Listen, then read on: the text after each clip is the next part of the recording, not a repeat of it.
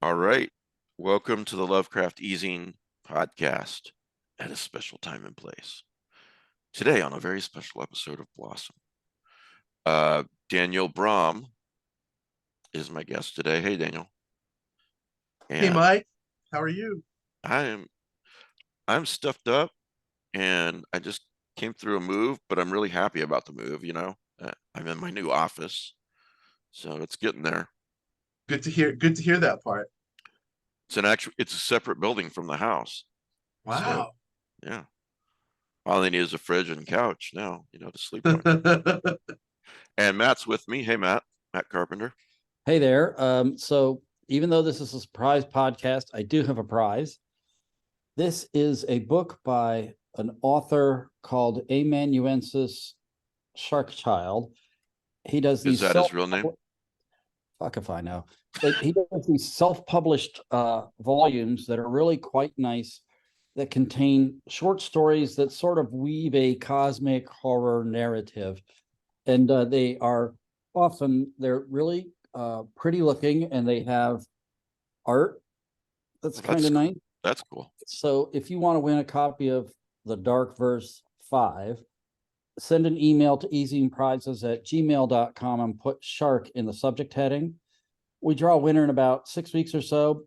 Plenty of time to enter this. You could win this very nice hardcover book. The other thing I do around here is I run the Lovecraft Easy movie night. We're trying to decide what we watch this coming Saturday. I am leaning toward No One Will Save You, but the problem is it's on Hulu, and I don't want to pay the extra money for commercial-free Hulu. And I just hate showing a movie and having commercials on it. So we may Wait end a up minute. You else. pay for Hulu, but not the commercial-free Hulu? I'm not the one who has put Hulu onto our plate. My wife likes Only Murders in the Building, and she's trying to binge it. Well, I don't. We have a temporary Hulu account that I have access to. Oh, okay. Well, I think the commercial-free is like $3 more. So I know, but like in the grand total of the amount I spend on this streaming crap, it's like I'm trying to control myself even a little bit. Yeah, that's not going to happen. No, it's not. But yeah. I'm pretending. So, and anything can happen when I pretend. Well, I pretend that I'm not going to buy any new books. Ha ha ha ha ha ha. I'm not going to pretend that. I'm pretending that this didn't come in yesterday. Oh, that's nice. Josh Mallerman, it's Ghoul in the Cape. Shiny. We talked to Josh like 2 or 3 weeks ago. Right. I don't even think he mentioned this. It's supposed to be pretty funny. I ordered it, and it came in, and I have nowhere to put it. My wife's getting more vexed with me by the minute. I don't know. I'm not happy with all the books you buy either. Right. Well, they're, and then I've got more books coming in, and it's all a mess. Well, at this stage in the game, she probably figures it's too late to divorce you. So no, but full ride. When I retire, there may be a great change in like allowances. That's the Purge, right? I don't know about a purge, but just say a non-expansion. Okay. Well, I don't know, man. I'll believe that when I am trying to get rid of books. I have an almost complete collection of what's it called? Geronimo Stilton that my kids read when they were 7. It takes up shelf space.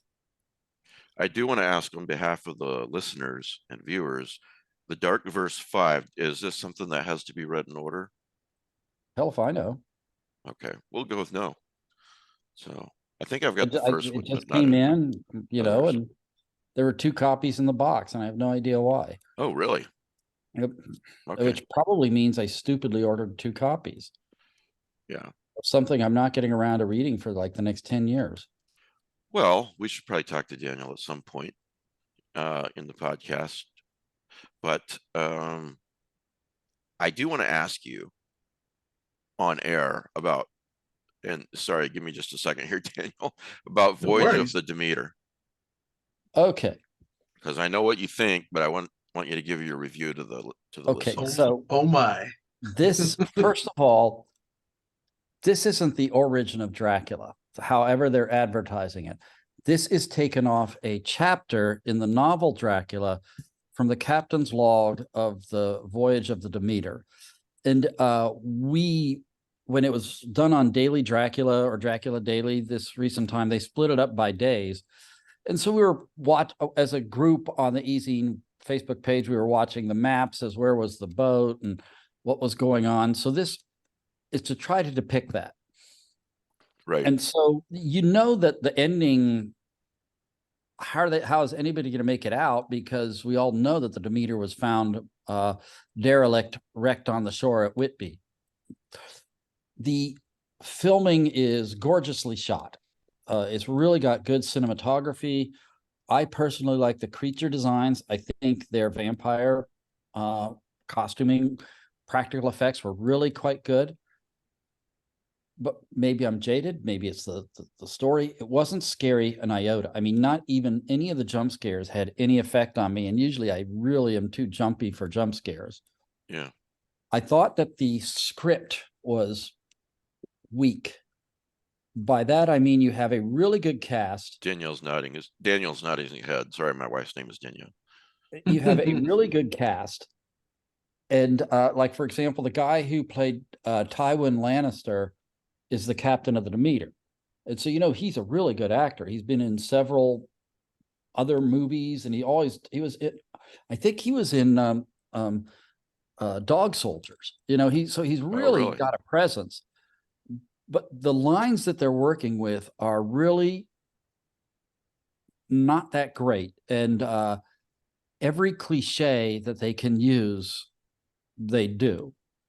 I haven't seen it yet, but Daniel looks in heavy agreement. He's nodding. Now, Yeah. I still was enjoying it reasonably well with the visuals, and we know what's going on. But then, okay, they've done a couple things, and this is where I really don't want to offend anybody, but here we go. So one of the characters But you will. was a black man who was graduate from medicine in Cambridge and can't get a job. He ends up as a seaman on the boat. He's a major character, perhaps even the protagonist, where the captain is more a bit part. At the same time, in one of the coffins, there's a girl from Dracula's village. She was sacrificed by the villagers so Dracula would feed on her while he's traveling and not bother the other villagers. So she's really been tossed out as food. Okay, these two characters are both given essentially speeches to talk to the audience about how it is unjust how they were treated because of who they are. All right, now if I'm in a period piece where this is set in like 1900. I'm not saying it's right, but no one in the British Empire would have thought that wrong. That's the way the mores were at the time. And okay, we've hopefully moved on from that. But all you have to do is explain like, I just can't get a job as a physician. They look at me, they shut the door. You don't have to put it in my face and lecture me about how I'm supposed to feel about that. I can work that out myself. Thanks very much. Right. Especially at this point, so many superhero movies are essentially lecturing us about how we're supposed to feel about these social issues. And I'm not saying they're in the wrong, but it sure comes across as pandering to an interest group, lecturing to us, having nothing to do with the movie. And if you're going to focus on that, that means you're not focusing on the horror or the rest of the script. So honestly, the only scene that I really super enjoyed was the very last one. I don't want to make a spoiler, but it just showed some of the power that Dracula actually had on land. It was after they were off the ship. That was the one scene I really super enjoyed. The rest of it, I thought the movie was fair. You might enjoy it more than me. I think if you don't see it, you really haven't missed anything terrific. What do you think, Daniel? Same thoughts? Yeah, Similar thoughts? pretty darn close. I would mark it a fair movie. To be fair, I don't like to, yeah, I hesitate to criticize it because I don't like to criticize things that give people joy. And I know a lot of people like this movie, and I'm fine with that. I love that people find something that they love, and that's I agree totally with that. cool. Yeah. And for that reason, I like it because people were excited about it. I just didn't have the ability to quote unquote turn off my brain like Matt of all the things that were bothering me, and I wish I could because I suffered through the movie. I just had a really hard time with it. I thought, and to be fair to the movie, when I read up on it, I think it languished in developmental hell for too long. So the script, I think there's a great script out there. Like Matt said, there's some the seaman and the potential victim are great characters, but I think the script just got cutting room floored and focus grouped and multiple writered and multiple producered to death. So it was like a potentially like a really great idea with some really great inroads that just was less than the sum of its parts to this viewer. Well, you What was your guys have favorite bit? convinced me to wait till it's free. Yeah, definitely wait till it's free in my book. What was your favorite bit? I think I'm with you. I liked the sort of coda at the end where it sort of came alive in the end after we kind of know the foregone conclusion. So without spoilers, when we got a little bit more into the character who we won't say which one, but who is on land, I started to feel engaged. What At do you the think end of of the movie. what do you think of the visuals? Hit and miss. There were some points they were better than others. The creature design, while I thought it was really well done, part of that bothered me because I felt like maybe not the visuals themselves, but the fact of what we were seeing. It was like, oh, halfway through the movie, Dracula becomes, man bat and was doing things that was, I guess part of it was like I wanted this movie to be a lost, lush scene out of Francis Ford Coppola's Dracula, which I enjoyed very much. But it just, the visuals, while some of them were lush and well done, seemed disjointed and didn't seem to have the vampire or the Dracula logic. And I wish I just had knocked myself on the head and was able to sit back and enjoy it for what it was, but I just wasn't able to do it. All right. Yeah. Well, yeah, like I said, you guys have convinced me to wait until it's free. But I like, I gotta say, some of the people who watched it were watching it as a second go through, and some of them really super enjoyed it. Yeah. A lot of people thought it was fair, but there are a couple people who are there who really liked it, and I don't want to, it's just their preference, and they can enjoy what they like. Absolutely. All right. Well, yeah, I don't know. I don't know if your average person that's not into horror, the ending is a foregone conclusion for them, but I think it is for many, so you already know how it ends when you start the movie, first of all. So it's got to be damn good if you're going to watch it when you already know the ending. Yep. You could do a historical movie where everyone knows the Titanic is going to sink, Very But good if you point. make a movie like A Night to Remember, oh my gosh, it is so scary and so moving. So anyway, thanks to both of you for your review. And that concludes our podcast. No. Thanks for being here, Daniel. Good to see you again. Yeah, great to see you. Thanks for having me. Great to see you too. No problem. Thank you for rescheduling from Sunday. I was still, and not that I'm not now, but I'm still in the middle of boxes then. It's a bit better organized now. So excellent. You know how moving it is. Yeah. It's a task and a half. And that's yeah. So tell me about the new book. Tell the audience about the new book. Well, the new one, new in quotes, but the new paperback editions of my two Cemetery Dance books, the newest is The Serpent's Shadow. Both of them were out in ebook from Cemetery Dance, but thanks to Rich Chismar and Kevin Lucia and the new trade paperback line, they got picked up to do paperback editions.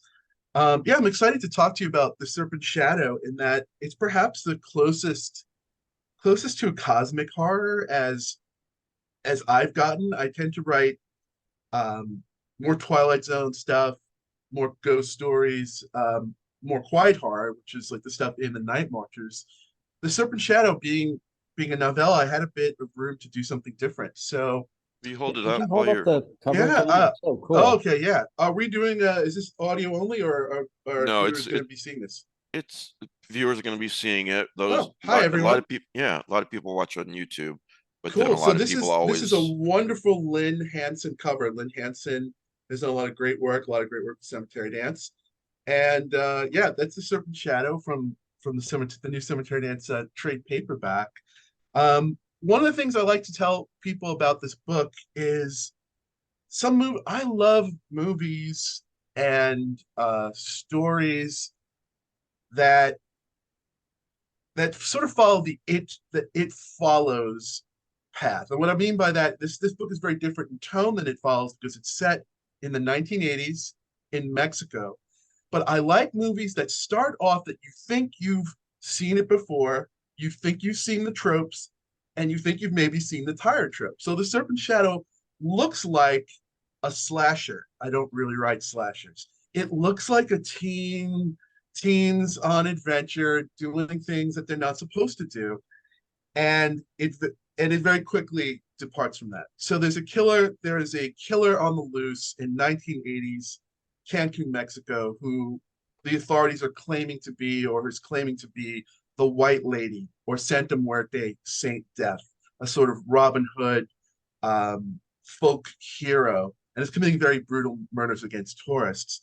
And our young narrator, his name is David.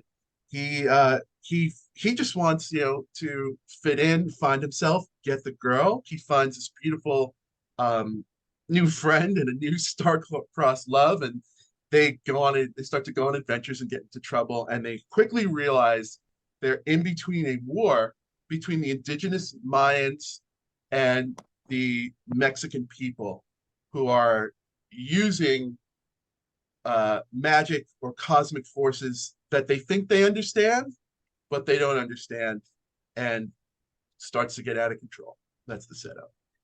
Can I ask a question? Because this sounds fascinating. How did you do your research on the Mayan aspects? What did you do to like get ready to So write? I'm not even sure if I got it right. In fact, I probably play fast and loose with some of the lore itself. But what I did get, quote unquote, right, or what I hope I got right, was I had been to the area in the early to mid 1980s. And this is some of the same area where James Tiptree Jr., Al Sheldon had disappeared to. And so it was pretty early on in the development of Cancun and what's now called the Mayan Riviera. So as a teenager and as a youngster, I saw this fight for development, for nature versus progress. And I saw the places getting clear cut. I saw the bulldozers. I saw the smoke. So that was a lot of the inspiration for it. The lore is not so much the folklore, or there is a Quetzalcoatl like figure, but it's more so about the lives and the stakes of people and groups of people, and it has to do with the area as seen through the eyes of an outsider. This, this is great because this is not a spoiler. Richly depicted, it's on the book synopsis. Richly depicted Central American settings combined with strange cosmic forces, including a monster large enough to knock the moon out of orbit with a brush of its tail. This sounds fun. It's a big Wow. one. It's a Yeah. big snake. Holy But moly. yeah, I guess someone, I was joking around with someone else. They were there's, you guys probably saw this B movie Q, Quetzalcoatl, Michael Moriarty. Someone had given an elevator pitch of this movie as being like HBO's The White Lotus meets the B movie Q, you know. So it does have some cosmic forces, it does have other dimensions, it does have kaiju like aspects, but it the real main thrust of it is the people around it. But then, you know, how these situations, how they like, you know, are dealing with otherworldly, other dimensional forces they don't understand, and things don't go as expected. And also both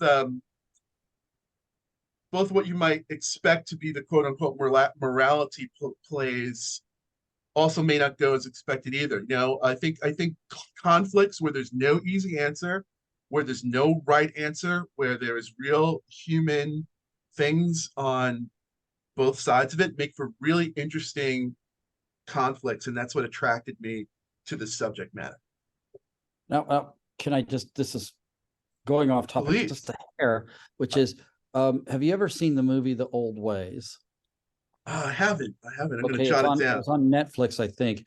It is a story where a young American comes back to a place that she had been in Mexico, and it turns out she might be possessed. And I love it's it. an exorcism, but it's an exorcism with Aztec mythology, not Catholic. Oh, that's super. So I just thought that it kind of gave me the thought that, like, okay, I know the Aztecs are very distinct from the Mayans geographically. Yes, yes, but it's kind of in the same vicinity in that part of yes. Mexico. They certainly have their similarities uh, in there. So, like, getting back to your question about, you talked about some of the Mayan lore. That's certainly addressed, and there are scenes where people are in the jungle and they're in places, but it's more, I like to subvert things or kind of look at them from a different angle. So, you know, back when I was a youngster, I was in school or around, I was just told things that simply weren't true, that were just simply different than my young self was getting into trouble and exploring around. And I like depicting that sort of thing. And I also like depicting some of the different things about the kaiju or about the supernatural force. I mean, so much of the time, I don't like the black and white, like monster evil, good guys good Right. guys fight bad guys. So there's a lot of different triangles or hexagons or shapes about, well, what are these people fighting about? What's right about this side? What's right about that side? And what is this monster thing? You know, like, I mean, what if is there a monster? Is there a serial killer? Is there Santa Muerte come back? And if so, if we're gonna play in that sandbox to try to go down those paths for fun. And yeah, it comes up, I think it comes up with fresh results, and not necessarily like where we started from.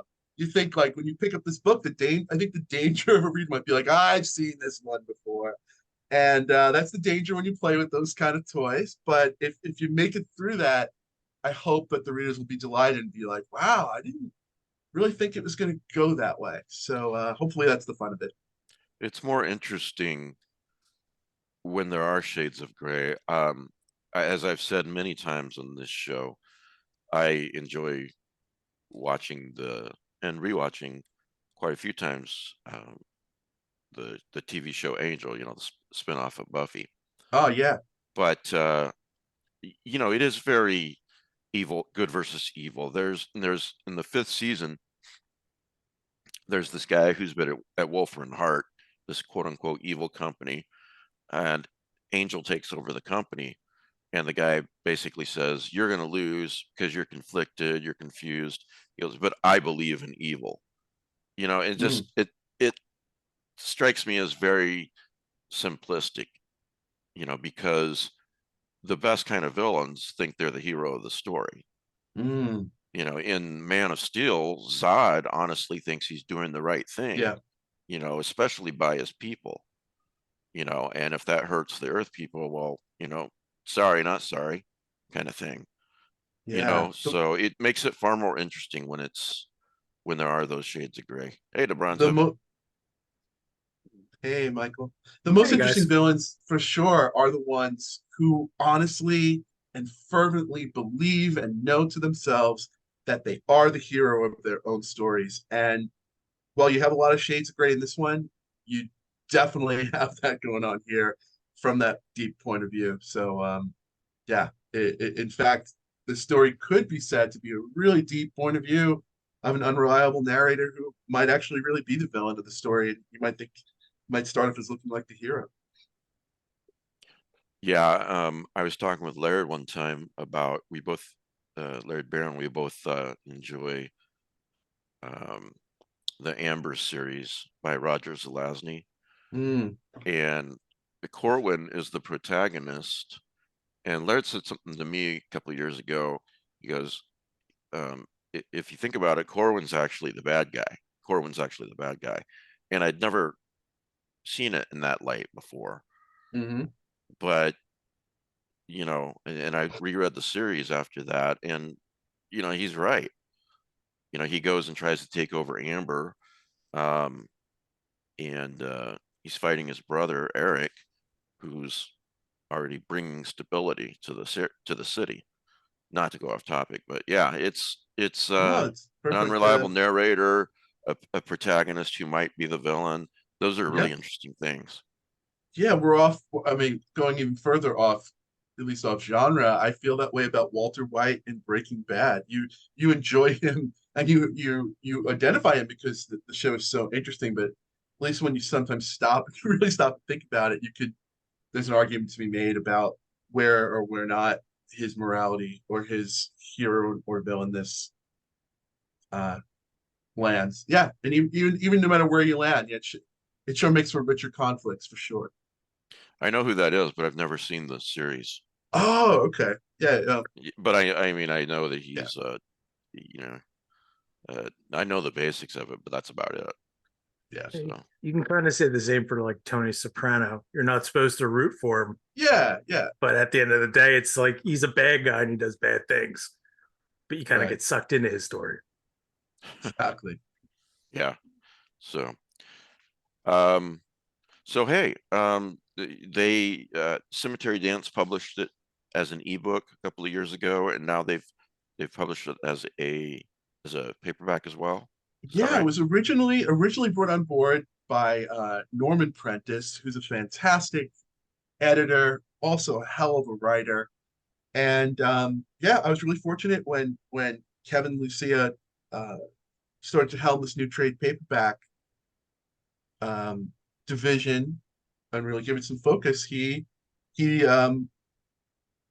brought it on to have this trade paperback release, which yeah, just came out. It's out now, and if you're like me and you like the paper books more than the um, you can get it. We'll make sure there might be one waiting in one of your magic boxes. If not, we'll make sure that they get to you as well. Douglas Winn says, a chilling apocalyptic brew of myth and murder. Braum immerses the reader in a Mayan paradise torn by spiritual conflict where all roads and rivers lead to a stunning climax. So yeah. Thanks so much to Doug Winn. Yeah, fantastic writer. Yeah, he is. I'm not sure if it's his most recent release. I know he's doing he's got a bunch of nice releases that I think it's from Weird House Press, but the one that I'm not sure if it's called The Wind in My Heart, a fantastic period piece, Tibetan lore set in New York City. Yeah, I'm really fond of Douglas Winn and appreciate that quote from him. You want to talk about the Night Marchers too, right? Did that get republished? Yeah, Well, that came out. Let's hold this up because I love this cover too. I'm so fortunate oh, that's for these nice. great covers. I had the Lynn Hansen cover, and this is a Dan Sauer cover.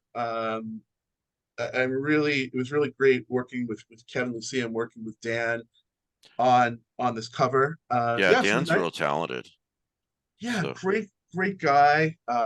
He also has his Jack and Apes Press. They do a lot of weird fiction, right. and it was just a joy. It was just a joy to work with him on that cover. We don't judge a book by its cover, but sometimes you just see something. And when Dan and I were working on it, What do you mean? What do you mean you don't judge a book by its cover? I don't know. I I just happily buy a book because of the art. I'm sprouting a cliche that's obviously meaningless. I Okay. love beautiful books. I judge books by their cover. especially when I see a beautiful book, I'm like, I must have you, even if just Well, for your cover. So here's something I heard. This was back when I was a kid in the 70s buying paperbacks, that if you know, it was the era of the Conan paperbacks, and if Frazetta did your cover, they said Mm, sold 10,000 more books. yeah, So you can here's the yeah. Here's the thing: we may not judge the content, the quality of the writing by the cover, but we certainly make a decision to pull it all off of the shelf and possibly buy it. You know, a lot of that is based on the cover, whether it's a virtual shelf or, you know, a real one at a bookstore. yeah. The cover is the first thing to get our attention, right? Usually. Yeah, there's a publisher that's new to me. I think your listeners and you all probably know this publisher, but you know, I'm kind of slow on the uptake. I'm probably going to say the name wrong. Aegis Press out of the UK. They do beautiful limited editions of quiet horror and weird fiction, and I think their most recent one was maybe like a bird ornithology, a bird themed one. And yeah, I just when I saw that cover and I saw the production on that book, I was like, yeah, I'm giving this a try. It's just so beautiful, like the book as the object. It's even better when you're not disappointed when the contents live up to it, Right. and you have when you have the full package. It's not just another pretty face. Yeah. Yeah. No, So I'm not they're familiar with that publisher. Who is it again? How let's do you see, spell it? I mean, EG. Ooh, and I failed. So EG AEUS. I'll send it to you, and I've written Aegis Press okay, Ornithology. Mark Beach. Mark Beach is the editor and publisher. Aegis with an E. Aegis Press. okay, They've been and around then for a decade and a half, and he does limited runs of just quiet horror, weird fiction, and themed anthologies. And it's well, just I been, like quiet horror quite a bit. yeah, I'll Yeah, recommend to the some to you. readers, I'll put that in Yeah. the show notes if you'll send me that. Yeah, And I will send you that. The one that I can vouch for is called Ornithology, and it kicked my ass. It was so good. Like it was just a beautiful book where I had to buy it, and I had to buy it as a gift for readers in my life. And then when I read it, the stories absolutely. I'm a hard sell. The stories delighted me. There were tons of authors that were new to me because it's mostly the UK, and I went out and bought a couple of their other ones just on the strength of that. So yeah, definitely a delight to recommend Mark Beach and the GS Press. I also don't want to pass too quickly over Dan Sauer. I'm not sure just how to say his right name, but his name right, but Yeah. it's Sauer. And look up Oh right. Yeah, Yeah, look Jack up News. Jack and Aegis Press, and I he's a great interrupted the artist. story. Yeah, Yeah, it was a delight to work with him. So I'm not a graphic designer, and he asked me to give him some ideas. And of course, as a writer, blah blah blah, giving him these ideas. I'm like, hey, you want some more? He's like, we're good. And then like I'm like writing these ideas. And Dan is such a talented designer that he just knew what I wanted without instinctively. He took that mumbo jumbo that I gave him, and he sends me, the proof of this cover, and he was like, oh, I feel insecure about it. I wasn't sure. I was going at him on my lines. What do you think? And I was just like, it's perfect. I love it. It was yeah. one of those things where it's perfect for me. The Night Marchers is a book of quiet horror. It is a book of Twilight Zone like stories. Yeah. So the cover, it's not super clear what's going on in the cover. It forms sort of a mandala of some of the elements, and people have different reactions to it. So yeah, it's a delight. And yeah, I can't say enough good things about Dan Sauer, and look forward to working with him again soon. Yeah, he sent me a Halloween, um, little Halloween poster that he had done, and with um, I can't think of the name of the creature right now. I'm blanking on it. But yeah, he's very talented, and Jack and Aegis Press. I'll include that in the show notes too, along with the other press that we Yeah. just mentioned. So, So when yeah, you wanted to say that the Night Marchers is quiet horror. Yeah. The other thing that I'm sorry to harp on Dan, but I'm so fond No, of him. so The other thing that was great when he was glad that I liked it. When I asked him, "How did you do it?" He said to me, Dan, I'm a Dan as well. He said, Dan, I know that your two favorite authors are Lucius Shepard and Tanith Lee, and I tried to make a cover that incorporated some of the classic Lucius Shepard and Arkham collection by I believe the cover artist was J.K. Potter, and then he incorporated some of the colors and fonts from old DAW Tanith Lee books. So whether it's totally something Dan's, but I could see those elements in there. So I just love that he put that thought into it, and it resonated with me. But yeah, the book is quiet horror in that there's not a lot of gore or the jump scares kind of things going on in it. I'm very influenced by Robert Aikman. I'm very influenced by any story, both as a reader and as a writer, where you have to bring yourself or bring something to the story. Where two people can. I love the kind of experience you have when you're like, "Hey, did you read that story? Yeah. Oh, I thought it was this. Wait a minute. You thought it was that. I'm sure it was this." And you can both be right. You know, is there a psychological explanation happening, or is it a supernatural? And you can, but there's Right. enough in there where Yeah. you can both chew on it, and it's not like a lot of stories start out by that, and without raining on what people like, a lot of stories have a mystery or they have an ambiguity, but then they give you the key and then they give you the answer, and it's like resolved, and that's fun, that's cool. My stories don't do that, much Yeah, like that's Aikman. something that I prefer more often than not. Was that you know, supernatural or not, where you just can't quite tell, and And both it often, explanation fits, you know. yeah, often that's That more, it can be more unsettling as well, for unless that sort of thing frustrates you. Some people, you know, I was told that the great Stephen King was not a fan of Robert Aikman and the Robert Aikman kind of story, and that's cool, you know, and it's more than cool, you know, different strokes. yeah, the Yeah. different strokes. But um, do you like your horror with rules and like the King story?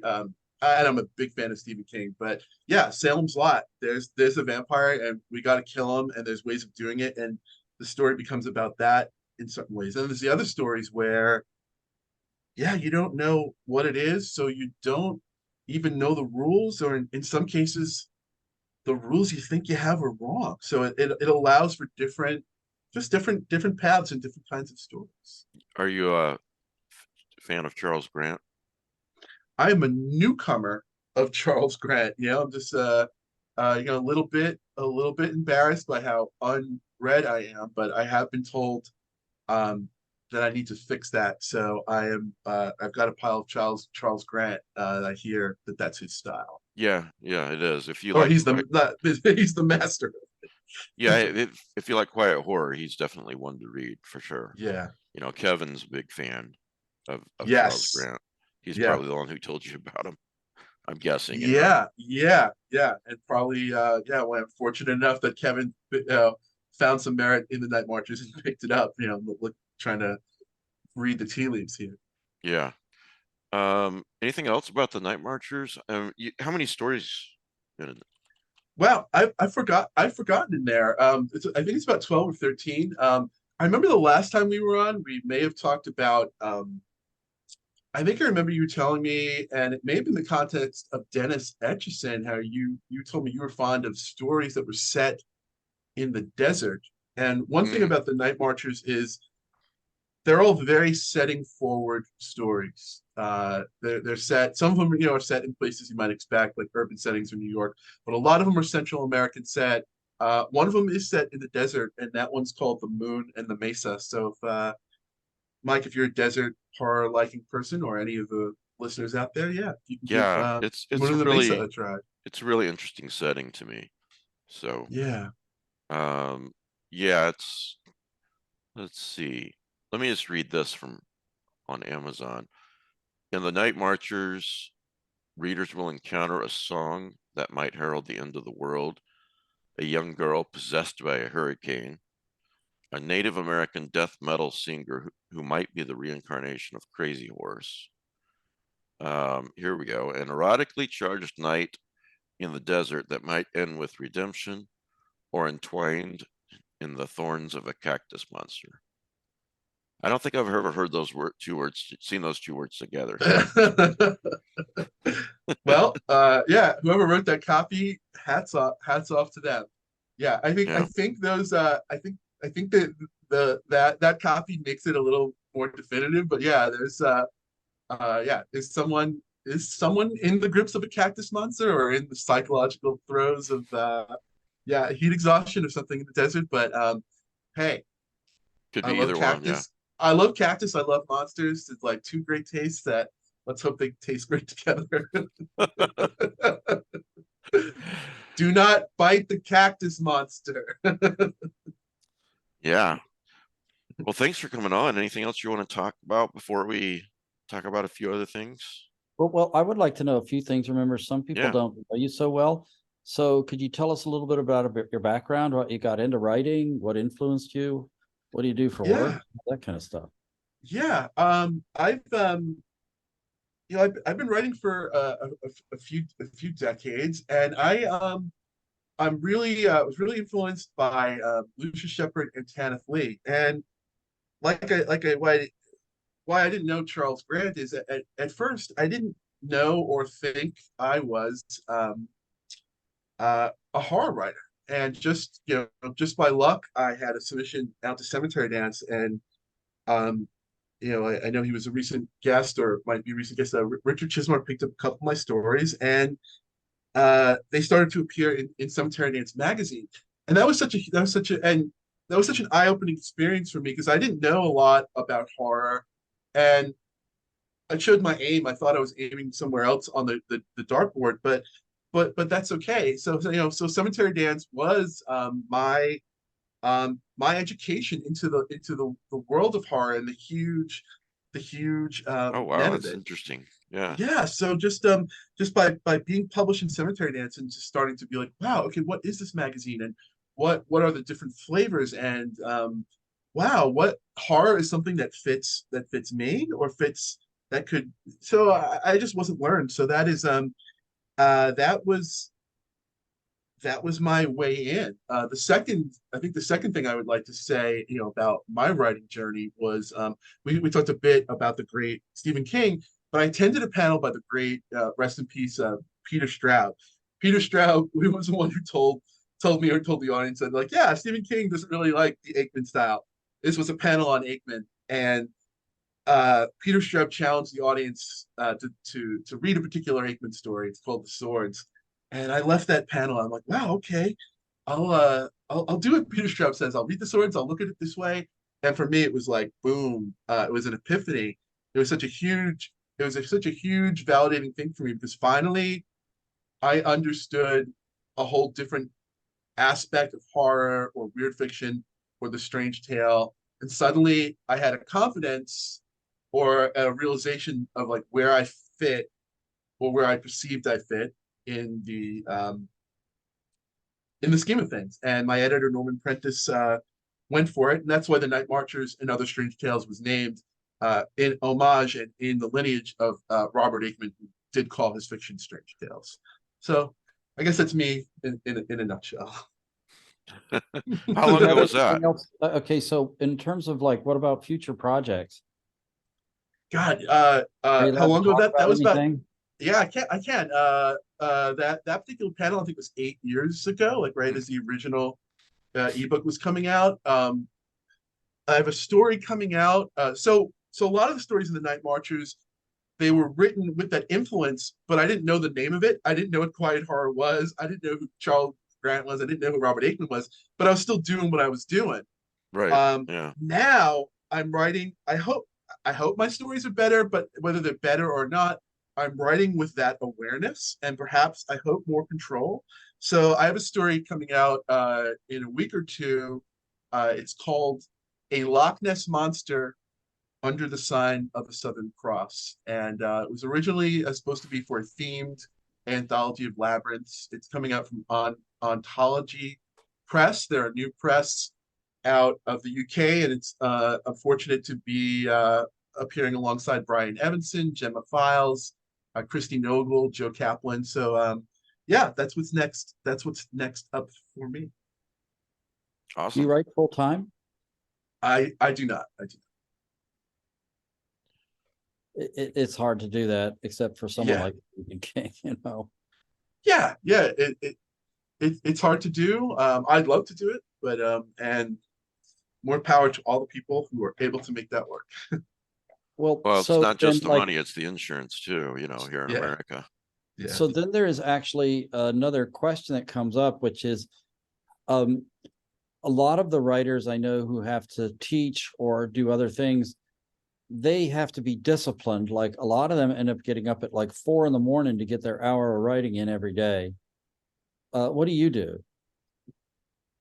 I do it all. I do it all, and I've done it all. Like I think my main advice to myself and also to others is do whatever works. And over the course of the decades, different things have worked for me. And yeah, I think it's easy to get tripped up in holding yourself to an external standard. Like, you know, the great Stephen King, I think, in On Writing is like, yes, to be a writer, you must write X amount of words a day and do it. And this is, I'm like, wow, I don't meet that standard. You know, I mean, that's a bit of a wishy-washy answer, but you just, I think it's more about showing up. I call it ass in chair. You know, at some point, your ass has got to be in the chair, and at some point, you've got to show up on the page. And if you do that day after day, if you do that, you know, I had waking up at 4 in the morning, or if you do it just in bursts of inspiration when you can, whatever works. I wish I had the magic dust or clearer answer out. Yeah, that's good advice. Do what works. And Yeah. what's going to work for you is not going to necessarily And work be for others. Yeah, and be kind to others too, but be kind to yourself too. Yeah, because like you said, it's not easy, and there's so many ways to trip up or to trip yourself up. But yeah, being kind to yourself and having fun, really showing up for it is gonna pay dividends. All right, man. Thanks for Thanks, being here. thank you, thanks guys, thanks Matt and Michael Sure. and Mike. Talk to you. It's a Mike real and Mike, pleasure. yeah. I got a few other things to talk about for just a few minutes. So you're welcome to stay. You're welcome to take off, whatever you want to do. It's fine. You're Yeah. certainly welcome Well, here. I'd love to get a sneak peek, so I'll stick around and keep my ear open. Well, you may be disappointed when you're, you know, when you're done. Wanted to let everybody know I'm doing a new series on the website, Lovecraft Easing website. Every Tuesday, I'm basically asking people in the horror community, might be an artist, might be a writer, might be a reader, reviewer, whatever, what they've been reading lately that they really enjoy. So I started that yesterday. This is Wednesday. Fantastic. Yeah, thanks. And I started with Trevor Henderson, and he recommended you know, what he'd been reading lately. So, you know, lovecrafteasing.com, and I'm gonna get somebody new every week and post that. It's you know, I'm hoping to not only for myself discover some new horror, but for the audience as well. Awesome. I'll be keeping my eye on that for sure. Yeah, thanks. And then the other thing I'm doing is almost every day, we'll say that, on TikTok and YouTube, I'm doing a recommendation of the day, horror recommendation of the day. So, and that might be you know, it might be a TV series, a movie, might be a novel, a short story, whatever. So, read a lot of horror in my life, so I've got a lot to put up out there. Spread it around. Spread it around. Yeah, here's one. I saw this movie last night, and I would preface all this by saying, if you're going to watch this movie, then make a decision not to watch the trailer, not to read anything about it, and even avert your eyes when you rent the damn thing from the Amazon synopsis, because that gives too much away. I went into it blind, as I often do, just because I like the lead actor, who is Robin Williams. And it's not a horror movie. It's called The Night Listener. And that is all you need to know, really, for maximum enjoyment, except that there were moments in this movie that chilled me more, and I'm not easy to scare, but chilled me more than most horror movies I've seen. You know, the hair on the back, all the cliches, the hair on the back of my neck went up, and there's some very chilling moments in this movie. Did you say So Robin Williams? Like I the did. Robin Williams? Is Yeah. like So Robin? the other thing is that this was, and it's probably the only thing I'm ruining, but otherwise I can't recommend the movie. I wasn't expecting it. You know, I just thought I'm watching a movie, you know, about this guy and who's some sort of night DJ. And that's about all I knew. But other than the fact that I like Robin Williams a lot. I mean, who doesn't? So any movie I see him in is always made better, even if it's not a great movie. It's made better by his presence. So he's always enjoyable to watch. You know. So I was totally not expecting it. There's some very chilling moments in it. So that's going to be my recommendation today. And yeah, that's about all I should say about that movie. I see speaking of Hulu, Matt, there's a series on Hulu called Frogging. Are you familiar with that term? Frogging. Frogging. Okay, so now Not the video frogging game. has numerous different meanings, of It course. does? Oh yeah, I mean, like back when I was a kid, like if said you gave someone a Charlie horse, like you punched him in the leg. If you frogged him, you punched him in the bicep. Okay, but then there's what my Okay. dad used to do is he used to go frogging when he was a kid, which he'd take a little spear out to the creek and get bullfrogs to have frog legs. That was frogging. The things you learn on this podcast. So what else could be frogging? What else could be attacking frogging? French people, some evil prejudiced person who doesn't like French people. Frogging in this context is living in someone's home without their knowledge, which is on the creepy meter pretty high. Yeah, I'd say so. There's actually a frogging episode in the series Whitechapel, if you guys have seen that. So they don't call it frogging, but yeah, that's what I watched one episode of the series so far. Doesn't look, I don't know if I'm going to keep watching it, but you know, that's just such a chilling concept. You know, Logan showed me a video a while back about this guy who he heard noises in his attic or something like this, and he had his video camera on his phone, and then all of a sudden this guy he goes up into the attic and it's dark, and this guy leaps out at him, and yeah, it's a really chilling video. But I said, you know, that's staged, right? And Logan goes, well, normally I'd say yeah, but the guy drops his phone when this happens, which is not something that you would do if you staged it.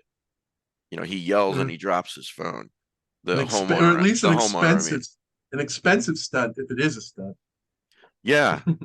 So, you know, you get this glimpse, and then the homeowner's like, and, you know, screaming and dropping his phone. So that's all you see. But yeah, it's happened for real, and there is now a Hulu series about it. So see, now you've got a reason to get Hulu commercial free. I don't know. I spend too much money streaming. Yeah. Did I talk? I don't think I did. Maybe it's just with you guys. Did we talk about the movie Talk to Me? Oh, I love that. I'm not sure. Heard about the movie, but I don't know if I heard it from you. I have a counterpoint. Daniel, which do you prefer? Do you have a preference? Both. Both are fine? Dan's great. Dan's bad. Both's fine. All right. You know, maybe I would have enjoyed it more, but everyone was saying, "Oh, this is just the greatest movie ever," and you know, and the hype was out of control. And I'm watching this movie, and I'm just like, I mean, it's a decent horror movie, but why is this the latest greatest thing? Someone compared it to It Follows. Yeah. Like, no, it's not on the level of It Follows. Sorry, that's just me. I could be wrong. Structurally, it's sort of. Yeah.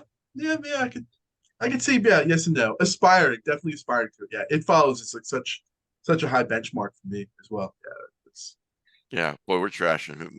Or at least Matt and I are trashing the horror movies tonight. Crashing Hulu is just, I'm tired of spending so much Not money. Hulu, horror movies, I said. Some horror movies are scary. You know, if you're here, I have a question. Who's guarding Hades tonight?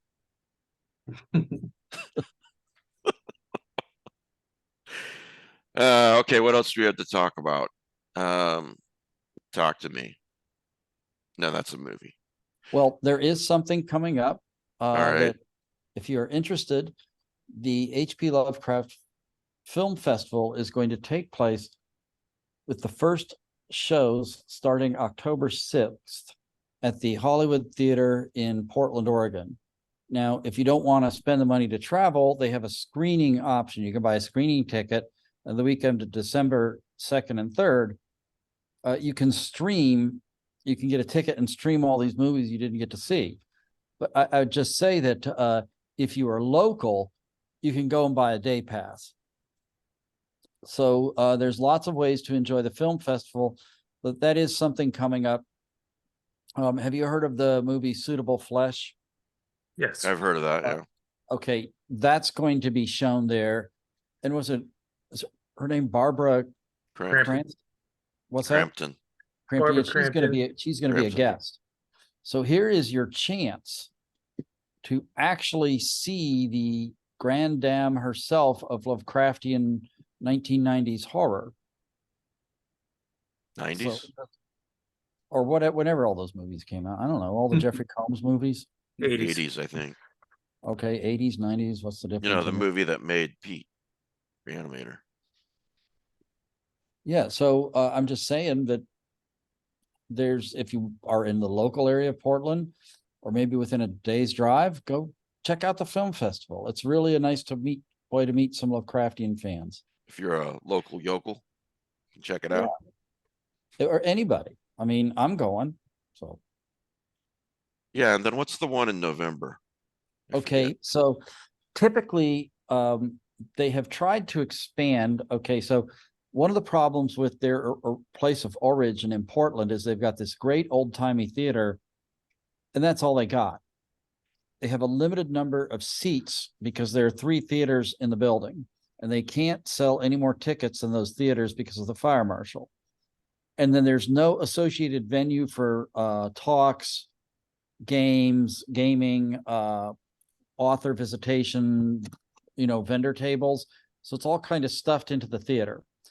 The other time they do it is once a year, they go to Providence, Rhode Island, and they do a film festival. Often it corresponds with the Necronomicon if it's that same year, but you can go to the Black Box Theater and they show lots of movies there. They have tried to go to alternative locations. For example, in 2016, they had a film festival in San Pedro, California, when Cody Goodfellow was running it. And now what they're trying to do is there's an old-timey theater in Mobile, Alabama, with an associated venue that's supposed to be gorgeous. And Mobile has a really nice art scene, it's right on the coast. It's where Admiral Farragut said, damn the torpedoes, full steam ahead. So there's a lot of historical sites you can visit, and there's amazing seafood right on the Gulf Coast. So if you don't want to go to Portland and you're more from the South, think about going to Mobile. You going to that one? I can't go to more than one a year, and I'd already bought my tickets to Portland. Okay. I think I'm going to that one. Yeah, isn't Pete going to meet you there? Yeah. So milk him for all you can. Will all do. that book sales money. Yeah, I always do. He should take you out to dinner a couple of times. Make him buy snacks for you. So that he continues to be on the show. That's his way of saying. No, it just should be his honor. Oh, all right. It's his honor. He would be the first that would Right. look at it in that way. Uh-huh. Yeah. It's like when I go there, people should just be happy I'm present, They Uh-huh. should feel Uh-huh. fortunate. Go on. Please go on. Mm. Yeah. Man, I'll tell you what, I am stuffed up today. My voice is echoing in my head. Again, Miralax works wonders. Thank you. I'll take a double dose. And like I said, it's great having a friend who's a doctor. I can get all these tips on these health tips. So, Anyone can take Miralax. It's not expensive and it gives you something to do. and you take this for a cold, you say? Yeah, absolutely. Take it for a cold. Take it if you're going out for a romantic evening with your girl. You'd have something to talk about. I bet. Take it on a first date. Take it on your last date. Put it in the party First punch. and last. Okay, so when you're in college, some people think it's great fun to put methylene blue in the party punch. So the next morning, everyone pisses green. Okay, if you want to up the ante, slip in a few doses of Miralax and see what kind of adventures people have when they're drunk. Or niacin. That's also another one. Yeah. Like I don't understand why more people don't come to me for advice. I just don't get it. It's a mystery. Yeah. I talked about this once before, but just briefly, a lot of people have enjoyed, well, here, I'll just read what Pete wrote. So I know that lots of people have read and enjoyed Dorian Gray versus Reanimator. That's one of Pete's latest books, Dorian Gray versus Reanimator. Okay, so I've got a ton of sales. I've not finished it, but there's a story Pete wrote. I think it was about someone named Ellie. I thought, oh my God, this is like the most twisted thing he's written. That was really quite a brilliant idea. So like his stories are always very readable, but this was like, wow, props, man. That was really twisted, clever. That's good to know. I haven't gotten to it yet. It's a natural extension of what you may be able to think about. How did Dorian Gray get the way he is? He says, I've got a ton of sales and messages to support that. But what has not happened is Amazon book reviews. So help Pete out and review it on Amazon. That really helps the writer. Right, Dan? So, it does. The more reviews and ratings, the better. So Dorian Gray versus Reanimator. And I think it's on Kindle Unlimited too. Could be wrong. It either is on Kindle Unlimited or it's not. I know that for sure. I don't want to overstate this TikTok thing, but if you follow Lovecraft Easy on TikTok, it will change your life, for the better. Especially if you follow it after taking a dose of Miralax. Yes. Yeah. I am learning so much tonight. I'm so glad I stuck around. Yeah, that will be that'll be the clip from this show, the Miralax moment. So it gives you something to do. I'm not accepting any drinks from you in Rhode Island. Look, what if you're just sitting there? You don't have a new book. Nothing's on TV. Give your boyfriend or girlfriend a drink, and it's full of Miralax, and just see what happens. Yeah, I'll put it on the list. Let us know how it works out, because I usually don't follow my own advice. So yeah, the best advice on this show so far today has been don't accept drinks from Matthew Carpenter. So anyway, yeah. Comment on the video. I've learned that commenting on the YouTube video, it really helps the algorithm on YouTube. Now I know many more people just listen to the podcast on iTunes or Spotify and so forth, and that's great. Really appreciate that. However you consume it, but clicking the like button and commenting on the YouTube edition helps me a lot. So yeah. Anything else? I'm watching. Guess what? Have you seen Veronica Mars, Matt? I'm sorry, what was that? Veronica Mars. No, I haven't. It's kind of like on my list of stuff to watch. Right now, I'm watching series 9 of the Great British Baking Show because the new season's going to drop pretty soon. This is important. I mean, No. Is that the Miralax edition? The Miralax not. well, it's like, competition? but it is true that if you put too much fruit and don't bake long enough, you end up with a soggy bottom. Is this like your foreplay to the Hallmark season? Exactly right. Yeah. All right, now I figured it. Okay, No, all makes sense now. tell me no you price don't is watch- too high for Matt to watch Hallmark. No, tell me that like you don't enjoy watching such wonderful chaste romances where everyone is the same. Okay, I'll tell you, I don't enjoy it.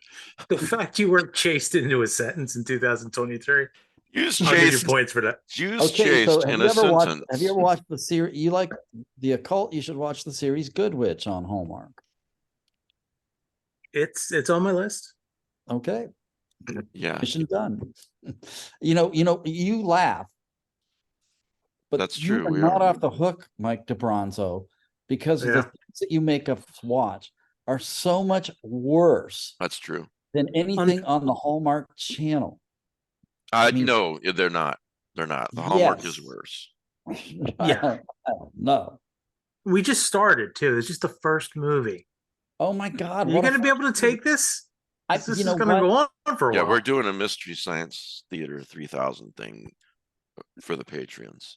So That's I'm just to saying, explain this. if there's a sequel to that movie, you ought to show that next. There Well- not but I have what Mike asked for. I definitely have 3 of the 5. The other 2, I'm just deciding which ones to throw in there for the poll. Yeah, and then And we're, it just then gets we're gonna better. let the Patreons vote on this. Yeah.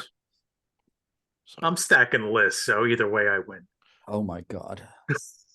anyway, Ben Handelman told me to watch Veronica Mars, which I'm doing occasionally. Seems like a neo-noir series disguised as a teen drama. But you guys can't agree with me or disagree because you haven't seen it. Yeah. I've heard good things about it. It's been recommended to me as well. I haven't seen it. Yeah, I'm with Daniel on that. I've heard things about it that are favorable. I just haven't gotten around to it. Not when the Great British Baking Show is about to drop. Not that. No, yeah, of course. Are you going to watch that with commercials on Hulu, or how do you watch Oh, it? it's on Netflix, and my wife and I watch it. And we both enjoy it, and we talk with other baking show enthusiasts. Sorry, You know what? what? You know what? What? If it were possible, I would take Isabel across the pond to Bath when they are having their Jane Austen days. And we would probably dress up like Elizabeth Bennet and Mr. Darcy. All All the right. while knowing that I make a pitiful Mr. Darcy, except in the snobbiness category. Well, the podcast tonight has taken a sharp turn. Well, how do you feel on the subject of Gordon Ramsay? Where are you at on him? I think, frankly, people don't need to be so vulgar and scream at each other in a kitchen. Yeah, he loses his temper once in a while. So Yeah. I'd rather watch the Great British Baking Show where Paul and Prue go around and talk to people about their bakes. Well, Danielle thinks the world of this guy. Of Paul and Prue at the baking show? No. Gordon Ramsay. No. Have her watch the baking show. Actually, her and Logan used to watch this baking show. I forget what it's called. It was really popular. Must have really made an impression on me. I can't even remember what it was called. Of course, Logan was 10 at the time, but I was under the impression the podcast listeners are like, "What the fuck? I thought this was a horror podcast." And in a way, This is a horror still is. podcast. This Oh is a my horror God, help podcast. me. It's taking a totally dark on turn. point. It's totally on point, though. That's true. This is horror. I was I swear under to the God, impression. you have not been looking at my eyes. It's like that famous thing where the guy was a prisoner of the North Vietnamese and they were interviewing him and he was doing Morse code with his eyes that said torture, torture. I thought you were going to say, look Okay, at my then. eyes, they're dead. Help me. My soul is in a cake in a studio in London. Help me. I can see the dead eyes after season 9 of the baking, whatever. So I was under the impression that you just watched this with your wife, Watched what? the baking show. Well, sometimes with my mother-in-law. If my kids are home, they're forced to watch it. Oh no, I was under the impression that you were forced to watch this with your wife. No, we both. I like to cook. It's like I made a plum tort the other day. It was really good. I've never received any food in the mail from you. Yet, Would after earlier discussions today, you would accept a gift of food. That's true. That's a really good point. Yeah. That's a good point. Just for you, Mike. Special bake. just eat it all at once. Miralax birthday cake. Yeah, the chef who gave me this recipe first name was Myra. Myra L. Axe. And now we've descended into dad jokes. So yeah. All right. Okay, DeBronzo, do you like to cook? I like when other people cook because they cook better than I do. Yeah. I'm really hungry right now. If it's breakfast, I could whip that shit up like nobody. You should watch the baking show. I actually used to be a baker. Did you know this, Matt? Oh, really? Bagels. Yeah. I used to bake bagels too. That we have something in common. I did not We bake established pickles. this earlier. Did you make a lot of dough? Yeah, I see what you did there. You made a lot of different things.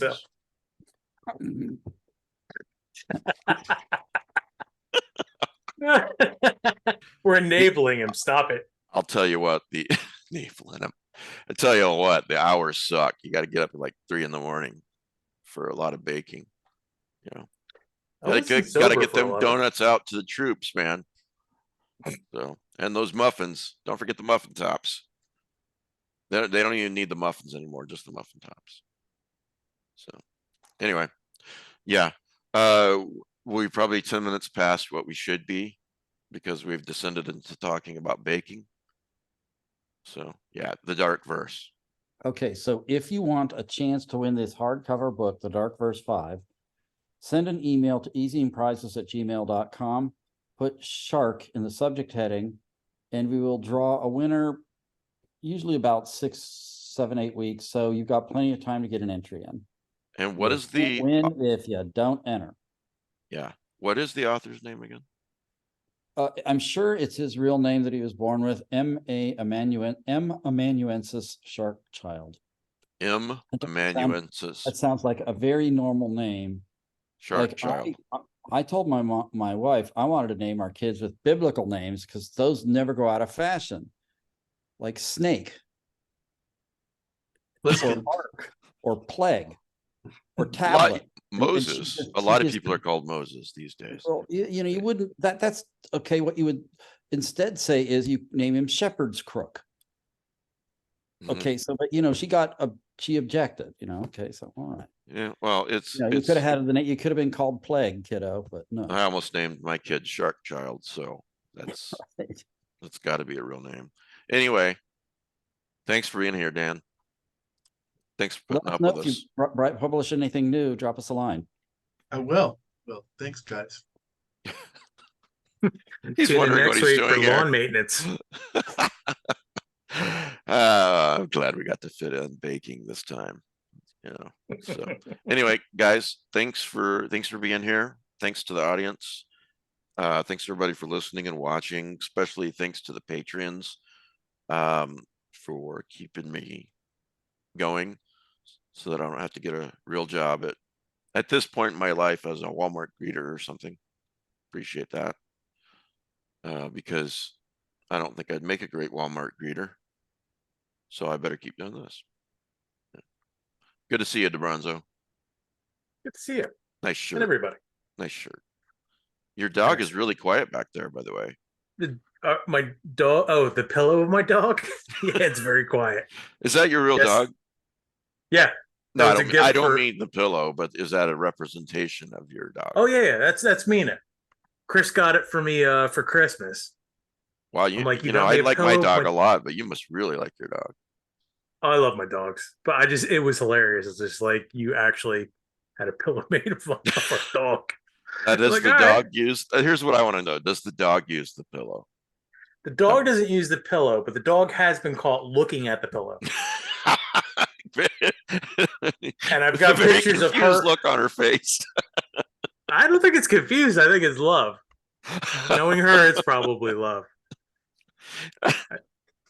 What was that old daytime soap my mom used to watch? Like, All my Oh my children. God, I wish I could remember her name. Is like the main actress had like this gigantic portrait in the background of her. That's all I think of when I see this thing. And she's like laying in front of it. There you go. Fun and games at this house. Well, they did the same thing. Lloyd Bridges did the same thing in the movie Airplane. There's a picture of him leaning on there's a scene of him leaning on his desk. In the background is a picture of him leaning on his desk. It's because he quit sniffing glue that week. So Exactly right. Never Bad- trust anyone who has a picture of themselves on their desk. Get out of there. Get out of there now. So, all right. Thanks, everybody. Thanks for watching. Good night, Thanks everyone. for listening. We'll see you next time.